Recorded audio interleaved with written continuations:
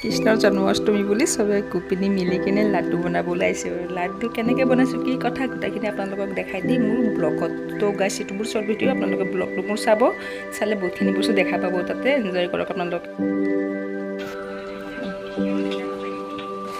দেখাই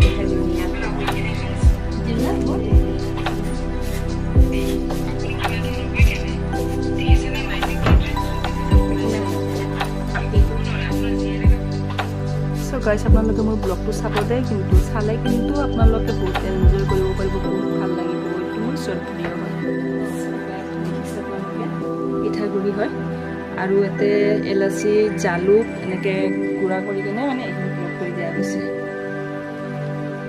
এতিয়া গুড় মিঠাই ভৰাই আছে, গুড় মিঠাই ভৰোৱাটো গুড় মিঠাইৰ লগত স্পেচিয়েলি